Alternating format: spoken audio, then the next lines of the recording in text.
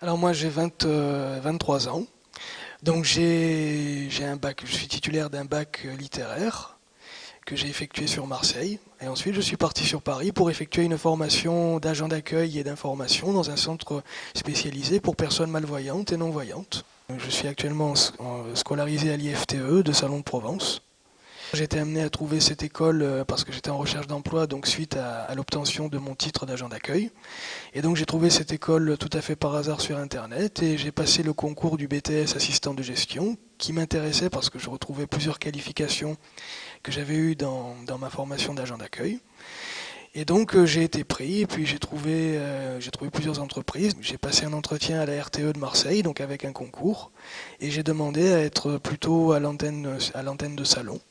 Ce qui a été accepté, donc j'ai eu un entretien là-bas, la médecine du travail, et puis là j'attends de pouvoir y rentrer. Alors j'ai 21 ans, j'ai fait un BEP et un bac professionnel en accéléré. Et ensuite j'ai recherché donc une école pour apprendre donc un métier, espérer avoir surtout un emploi derrière, un emploi stable.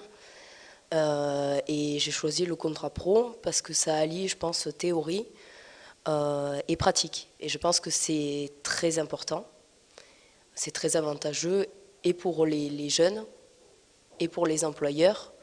Je pense que c'est vraiment la meilleure démarche. Donc je suis à la même école que Julien, à l'IFTE. L'école standard avec les cours, ça ne me convenait pas du tout. Parce que justement, je pense que pour apprendre un métier, il faut le pratiquer. La mission locale m'a suivie.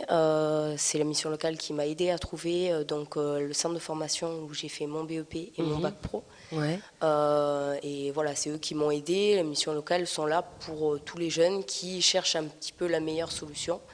Et ils nous montrent un petit peu, voilà, ils ne font pas des choix pour nous, mais ils nous montrent vraiment ce qui est peut-être le plus adapté à notre situation. On en vient à une espèce d'hypocrisie qui revient à dire je vais engager une personne handicapée, mais pas forcément pour ses qualifications, mais parce que tout simplement j'ai besoin d'une personne handicapée pour mon quota, donc je vais embaucher telle ou telle personne. Je me suis vite rendu compte de la difficulté qu'on pouvait avoir pour trouver un employeur. Je pense qu'il faut être aidé par l'école et qu'il faut bien choisir l'école. Parce que voilà, on peut être lâché dans la nature et c'est vrai que seul, surtout quand on n'a pas une grande expérience de l'emploi, ça peut être difficile. Je pense qu'il faut s'y prendre à l'avance, pas attendre le dernier moment et se dire je vais passer l'été. Il faut s'y prendre à l'avance, bien réfléchir sur ce qu'on a envie de faire et vraiment en parler et mettre les choses au clair avec l'école et avec le patron dès le départ de nos attentes et voir véritablement les attentes du patron. Et surtout ne pas hésiter si on voit que vraiment ça ne va pas à en parler à l'école et si vraiment rien ne peut se résoudre comme ça, à changer d'école, de patron, pardon. J'aurais quelques dernières petites choses à dire et puis un appel à lancer au patron d'entreprise qui éventuellement serait susceptible d'avoir, par exemple, je prêche pour ma paroisse mais pour mon handicap, parce que c'est vrai que là il en est question.